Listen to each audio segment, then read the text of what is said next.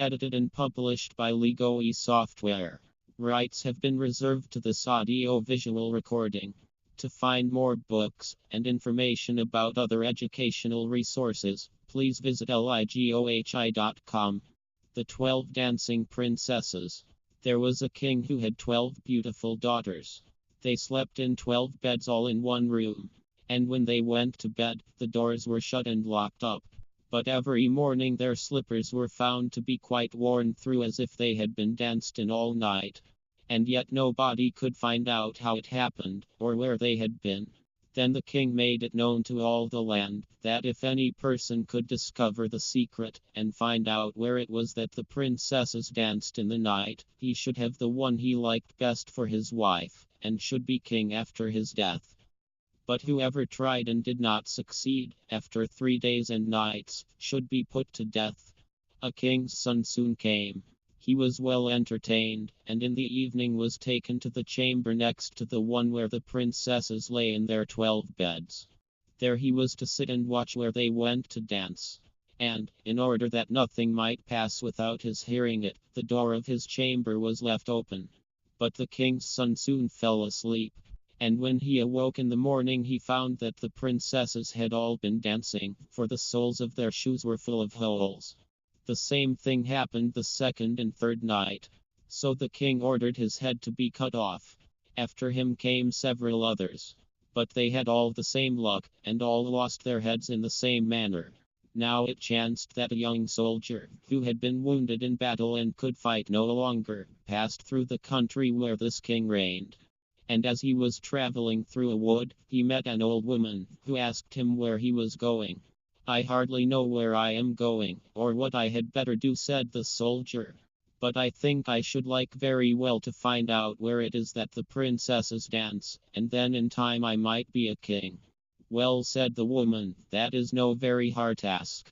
Only take care not to drink any of the wine which one of the princesses will bring to you in the evening. And as soon as she leaves you pretend to be fast asleep." Then she gave him a cloak, and said, "As soon as you put that on you will become invisible, and you will then be able to follow the princesses wherever they go." When the soldier heard all this good counsel, he determined to try his luck. So he went to the king, and said he was willing to undertake the task. He was as well received as the others had been, and the king ordered fine royal robes to be given him. And when the evening came he was led to the outer chamber. Just as he was going to lie down, the eldest of the princesses brought him a cup of wine.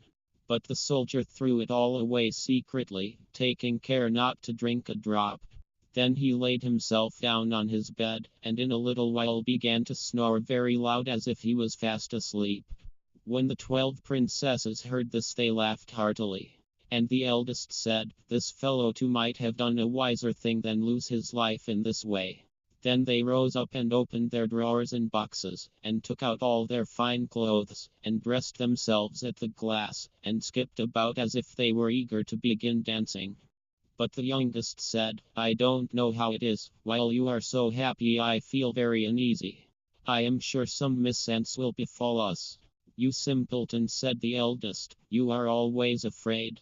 Have you forgotten how many kings' sons have already watched in vain? And as for this soldier, even if I had not given him his sleeping draught, he would have slept soundly enough." When they were all ready, they went and looked at the soldier. But he snored on, and did not stir hand or foot. So they thought they were quite safe. And the eldest went up to her own bed and clapped her hands, and the bed sank into the floor and a trapdoor flew open. The soldier saw them going down through the trapdoor one after another, the eldest leading the way. And thinking he had no time to lose, he jumped up, put on the cloak which the old woman had given him, and followed them. But in the middle of the stairs he trod on the gown of the youngest princess, and she cried out to her sisters, "All is not right. Someone took hold of my gown." "You silly creature," said the eldest, "it is nothing but a nail in the wall." Then down they all went, and at the bottom they found themselves in a most delightful grove of trees. And the leaves were all of silver, and glittered and sparkled beautifully. The soldier wished to take away some token of the place. So he broke off a little branch, and there came a loud noise from the tree. Then the youngest daughter said again, I am sure all is not right. Did not you hear that noise? That never happened before. But the eldest said, It is only our princes, who are shouting for joy at our approach. Then they came to another grove of trees, where all the leaves were of gold, and afterwards to a third, where the leaves were all glittering diamonds. And the soldier broke a branch from each, and every time there was a loud noise, which made the youngest sister tremble with fear.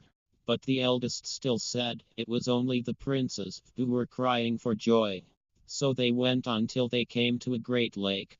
And at the side of the lake there lay 12 little boats with 12 handsome princes in them, who seemed to be waiting there for the princesses. One of the princesses went into each boat, and the soldier stepped into the same boat with the youngest. As they were rowing over the lake, the prince who was in the boat with the youngest princess and the soldier said, I do not know why it is, but though I am rowing with all my might, we do not get on so fast as usual, and I am quite tired. The boat seems very heavy today. It is only the heat of the weather, said the princess. I feel it very warm too. On the other side of the lake stood a fine illuminated castle, from which came the merry music of horns and trumpets. There they all landed, and went into the castle, and each prince danced with his princess. And the soldier, who was all the time invisible, danced with them too. And when any of the princesses had a cup of wine set by her, he drank it all up, so that when she put the cup to her mouth it was empty. At this, too, the youngest sister was terribly frightened, but the eldest always silenced her. They danced until 3 o'clock in the morning, and then all their shoes were worn out, so that they were obliged to leave off. The princes rowed them back again over the lake, but this time the soldier placed himself in the boat with the eldest princess.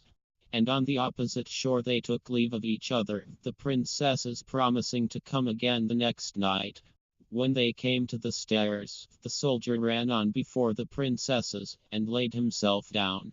And as the 12 sisters slowly came up very much tired, they heard him snoring in his bed. So they said, Now all is quite safe. Then they undressed themselves, put away their fine clothes, pulled off their shoes, and went to bed. In the morning the soldier said nothing about what had happened, but determined to see more of this strange adventure, and went again the second and third night. And everything happened just as before. The princesses danced each time till their shoes were worn to pieces, and then returned home. However, on the third night the soldier carried away one of the golden cups as a token of where he had been. As soon as the time came when he was to declare the secret, he was taken before the king with the 3 branches and the golden cup. And the 12 princesses stood listening behind the door to hear what he would say. And when the king asked him, Where do my 12 daughters dance at night? He answered, With 12 princes in a castle underground. And then he told the king all that had happened, and showed him the 3 branches and the golden cup which he had brought with him. Then the king called for the princesses, and asked them whether what the soldier said was true. And when they saw that they were discovered, and that it was of no use to deny what had happened, they confessed it all. And the king asked the soldier which of them he would choose for his wife. And he answered, I am 3 years older than your eldest daughter, so I will choose the eldest. And they were married that very day, and the soldier was chosen to be the king's heir.